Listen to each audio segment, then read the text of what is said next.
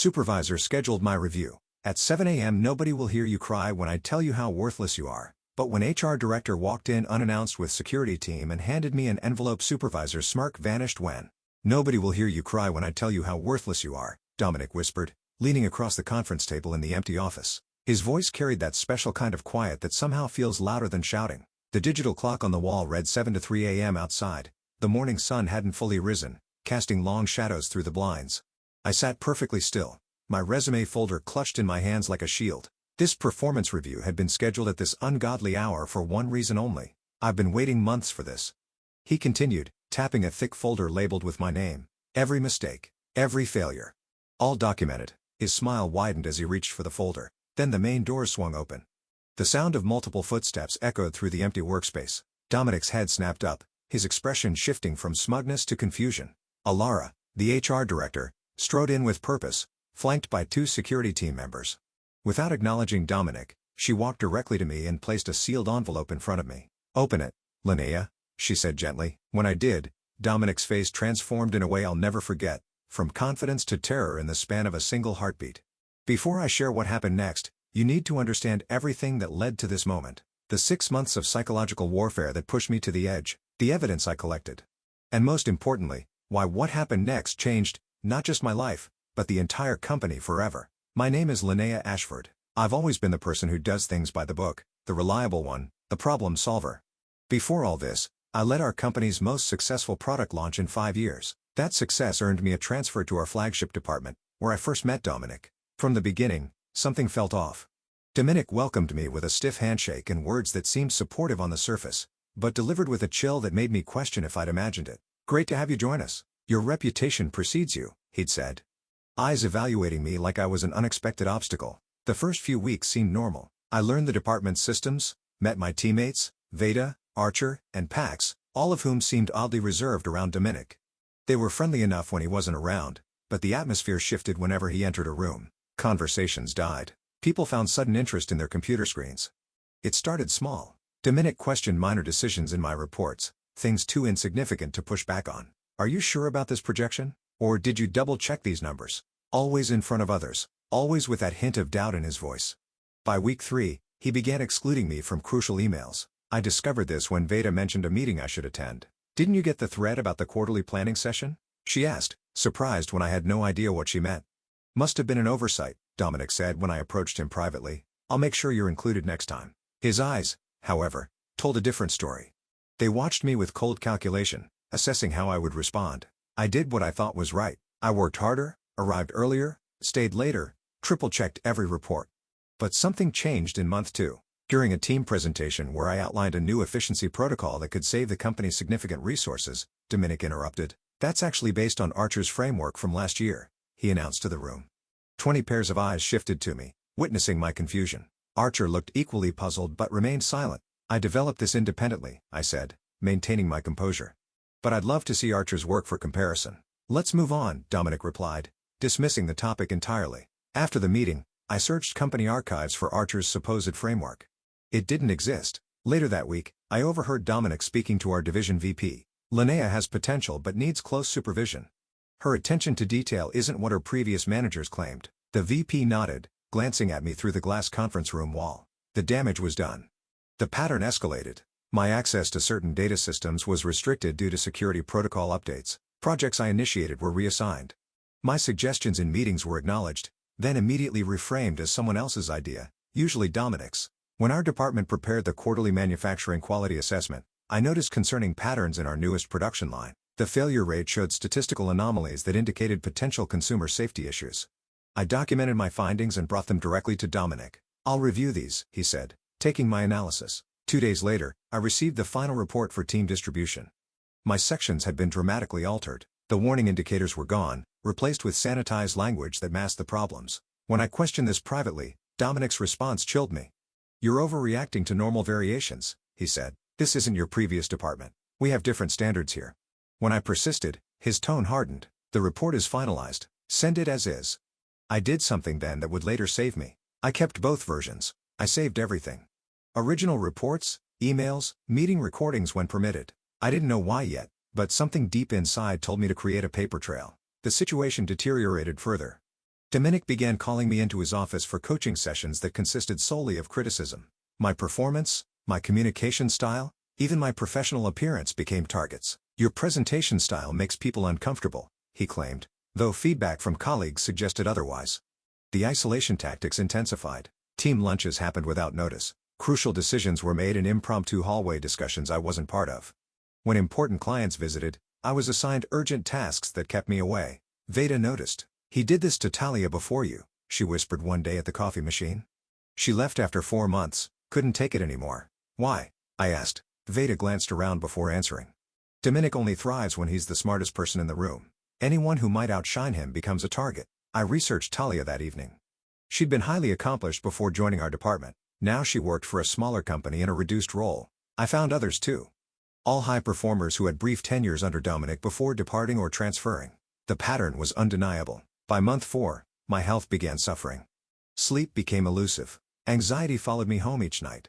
My appetite diminished. Friends commented on my weight loss, the shadows under my eyes. I considered resigning, but couldn't.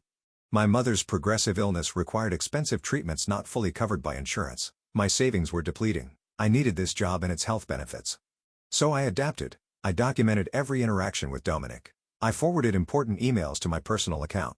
I recorded meetings when company policy allowed. I built relationships with colleagues in other departments. Most importantly, I kept watching the production quality issue that Dominic had dismissed.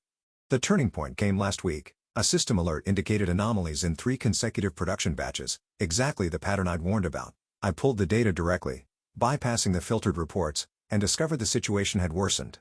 This wasn't just about quality anymore. It represented potential consumer safety violations that could trigger regulatory action. I prepared a comprehensive analysis and requested an urgent meeting with Dominic. He rescheduled twice before finally agreeing to a brief discussion, where he barely glanced at my findings. "We're aware of these variations," he said dismissively. "They're within acceptable parameters." "They're not," I insisted. "The clustering pattern indicates systematic failure. We need to halt production and investigate." His expression darkened. "That would cost millions and alarm the board unnecessarily. This stays within the department until we have more data." "But consumers could." "That's my final decision," he interrupted. "Your persistence on this is concerning, Linnea. Perhaps we should discuss your fit within this team." The threat was unmistakable. The next morning, I received the email scheduling my performance review for 7 a.m. with the subject line, "Comprehensive Performance Evaluation, Mandatory Attendance." The body contains just one line. Early scheduling ensures privacy for what will likely be an emotional conversation. When I showed the email to Veda, her face paled. He sent Talia a similar message before she left. That evening I made my decision. I compiled every document, email, and recording I'd collected over 6 months. I organized them into 3 categories: personal harassment, professional sabotage, and most critically, the production quality cover-up. After reviewing everything twice, I sent the entire package to 3 recipients: the company's legal counsel, the board's ethics committee, and Alara in HR. My message was simple. I believe these documents show a pattern of behavior that violates company policies and potentially regulations governing product safety. I'm scheduled for a 7 a.m. performance review tomorrow that I have reason to believe will result in my termination based on fabricated performance issues. I request immediate intervention. I sent it at 8:42 p.m. By 9:17, I received a brief response from Alara. Received. Do not discuss with anyone. Attend the meeting as scheduled. That night, I barely slept. I prepared for the worst: unemployment, a damaged reputation, potential retaliation. I rehearsed what I would say when Dominic tried to fire me. I updated my resume and packed my personal items in a small bag, ready to walk out with dignity. What I didn't prepare for was what actually happened. As I stood in that conference room at 7 a.m., watching Alara hand me that envelope while security positioned themselves near Dominic, I felt something unexpected. Not triumph or relief, but a strange hollowness mixed with validation. The envelope contained a letter acknowledging receipt of my evidence, confirmation that an investigation had begun immediately upon my email's arrival, and most surprisingly, a temporary reassignment to work directly with the executive team on a special project. "What is the meaning of this?" Dominic demanded. Standing so abruptly, his chair rolled backward. Alara turned to him, her expression professional but unyielding. "Dominic, we need to continue this conversation in my office. Security will escort you." "This is ridiculous," he sputtered, looking from Alara to me. "Whatever she's told you is fabricated. Her work has been substandard since she arrived. I have documentation." "Yes," Alara interrupted. "We've reviewed your documentation. We've also reviewed the unaltered originals she provided. The discrepancies are concerning." The color drained from Dominic's face. "You can't possibly. We've also received the production quality reports," Alara continued. Both versions. The board has ordered an immediate halt to production line 3 pending investigation. Understanding dawned in his eyes. His gaze snapped to me, no longer dismissive but filled with something new. Fear. Please proceed to my office, Alara said firmly. Linnea, Wynn from the executive office will meet you upstairs in 15 minutes. Take some time if you need it. As security escorted Dominic out, he turned back once. This isn't over, he said, quiet enough that only I could hear, but looking into his eyes, I knew differently. It was over. For him. If you've ever experienced workplace bullying or watched someone abuse their power, please like this video and subscribe to our channel. Your support helps share these stories that too often remain hidden in professional settings. Click the notification bell to follow more workplace justice stories, because knowing you're not alone can make all the difference when you're fighting an unfair battle. What happened next shocked even me. The investigation revealed patterns I hadn't fully understood, connections that explained Dominic's behavior, and consequences that would reshape the entire company. But most importantly, it taught me about power, both the kind that destroys and the kind that heals. After security escorted Dominic away, I sat alone in the conference room, hands trembling slightly as I reread the letter. The silence felt strange after months of constant anxiety. Part of me couldn't believe what had just happened, that someone had actually listened and taken action. Wynn, the executive director's assistant, arrived precisely 15 minutes later. She had a quiet confidence I immediately respected. The board is meeting an emergency session, she explained. They'd like you to present your findings directly. Walking through the executive floor felt surreal. 12 hours earlier, I'd been preparing for termination. Now I was being ushered into a room where company decisions affecting thousands of employees were made. 8 people sat around the table, including the CEO, Meredith. I recognized most from company announcements but had never met them personally. For 90 minutes, they asked detailed questions about my documentation. I explained the production line issues, showing the statistical patterns and potential consequences. Why didn't you bring this to us sooner? Asked one board member. I followed protocol, I replied, maintaining eye contact. I reported to my supervisor first. When he dismissed the concerns, I gathered more evidence before escalating. Meredith nodded. You did everything correctly. What concerns me is how many others might have been silenced before reaching this point. The investigation moved with unexpected speed. By afternoon, they'd interviewed Veda and Archer. By evening, they'd spoken with 6 former employees who had worked under Dominic. 2 days later, I learned the full extent of what they discovered. Alara invited me to her office, where Meredith joined us. We've uncovered something systematic. Alara began. Dominic maintained 2 sets of personnel files, the official ones in our system and private ones he kept encrypted on his personal drive. Meredith continued. His private files contained altered performance metrics, manipulated peer feedback, and edited meeting recordings. He specifically targeted employees with high potential ratings from previous managers. But why? I asked. What possible benefit? Department performance bonuses, Alara explained. Our compensation structure rewards departments that improve year over year. If Dominic drove out high performers before they could contribute significantly, he could bring in replacements, set them up to underperform, then gradually improve their metrics. This created the appearance of successful leadership, Meredith added. His department always showed improvement curves that impressed senior leadership, but the baseline was artificially lowered first. That's disturbingly calculated, I said. It gets worse, Alara replied. The production quality issues you identified connect directly to his bonus structure. The quarterly quality metrics affected his performance evaluation. By hiding the problems, he maintained his perfect record. I felt sick. So he risked consumer safety for a bonus? Approximately $87,000 annually, Meredith confirmed. We've identified 16 employees over 4 years who experienced similar treatment. 4 filed complaints that were mysteriously resolved with minimal investigation. How was this missed for so long? I asked. Meredith's expression darkened. He had protection. The previous HR manager was his university classmate. We're investigating whether that relationship compromised earlier complaints. The next week brought rapid changes. Dominic was terminated, of course. The company issued a formal apology to me and the other affected employees. Production Line 3 underwent complete reevaluation, resulting in a voluntary recall of products, costly but necessary. Most surprisingly, I was asked to lead a new internal quality assurance team reporting directly to the board, bypassing the traditional management structure. My first assignment, review all departments for similar patterns.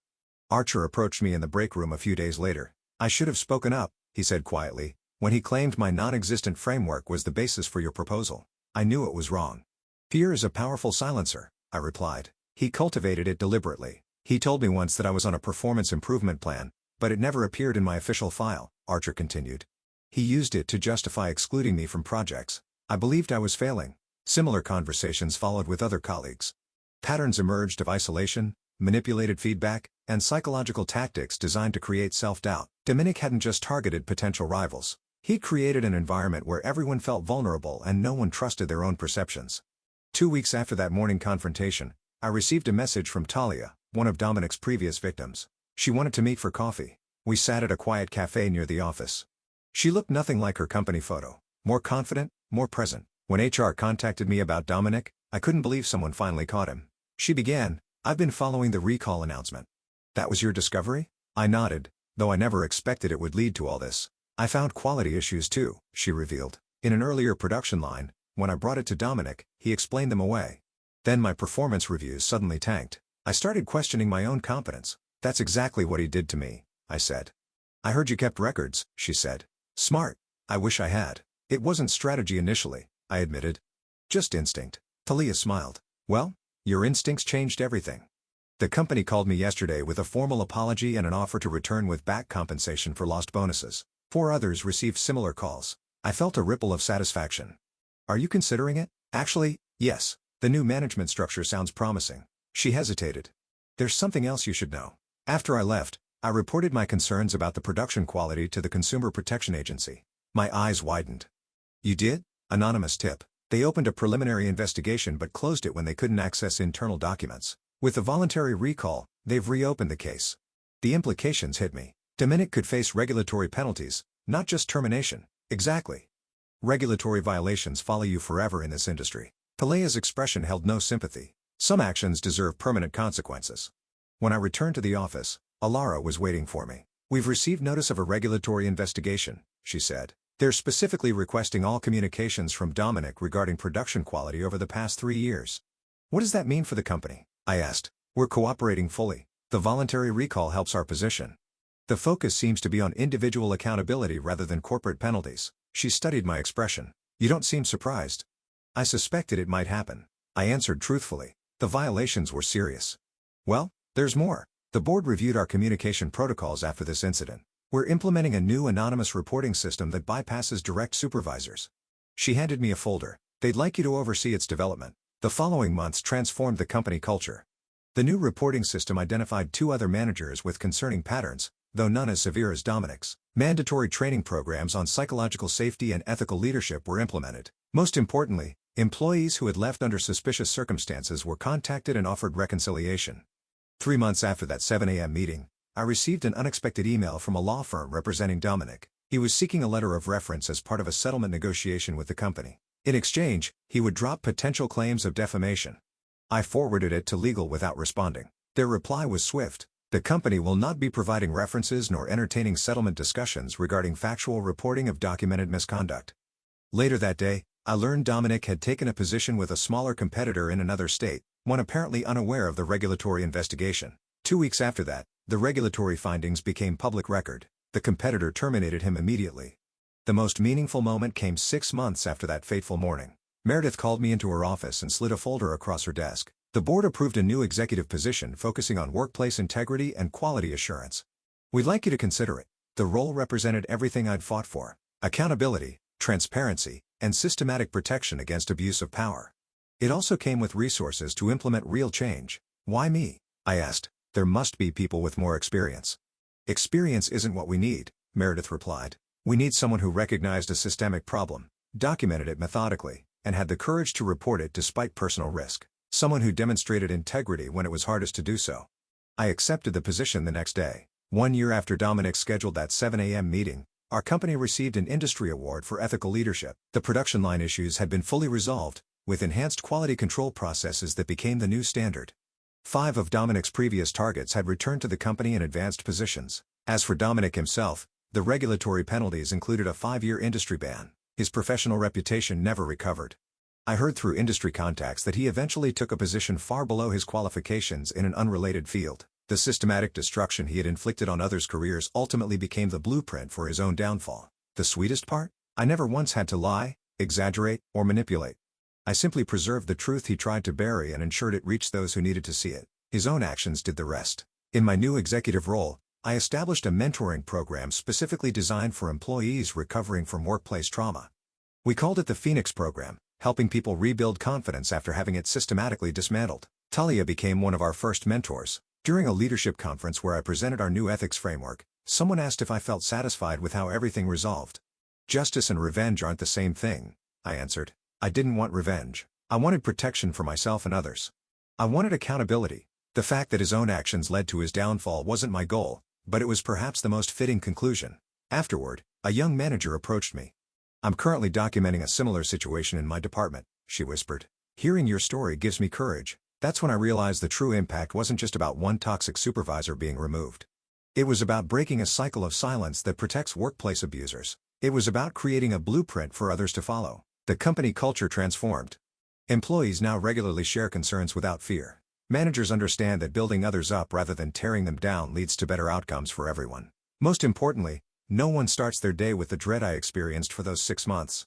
The early morning meeting Dominic scheduled to break me became the catalyst for rebuilding not just my career, but an entire workplace ecosystem. His words, "Nobody will hear you cry," proved prophetic in a way he never intended. There were no tears that morning, only the sound of justice finally arriving. And it all began because I trusted my instincts enough to document everything, even before I understood why. Have you ever witnessed or experienced workplace bullying? How did you handle it? The sad reality is that many people suffer in silence, unaware of their options or afraid of consequences. Share your experiences or thoughts in the comments below. Your story might give someone else the courage they need. If this story resonated with you, please hit the like button and subscribe to our channel. We share these real-life experiences because workplace justice matters, and sometimes seeing someone else stand up to abuse is exactly what we need to find our own courage. Click the notification bell so you never miss our upcoming stories about overcoming workplace challenges and finding your professional power. Remember, documentation is your strongest ally. The truth, preserved carefully, has power that manipulation can never match.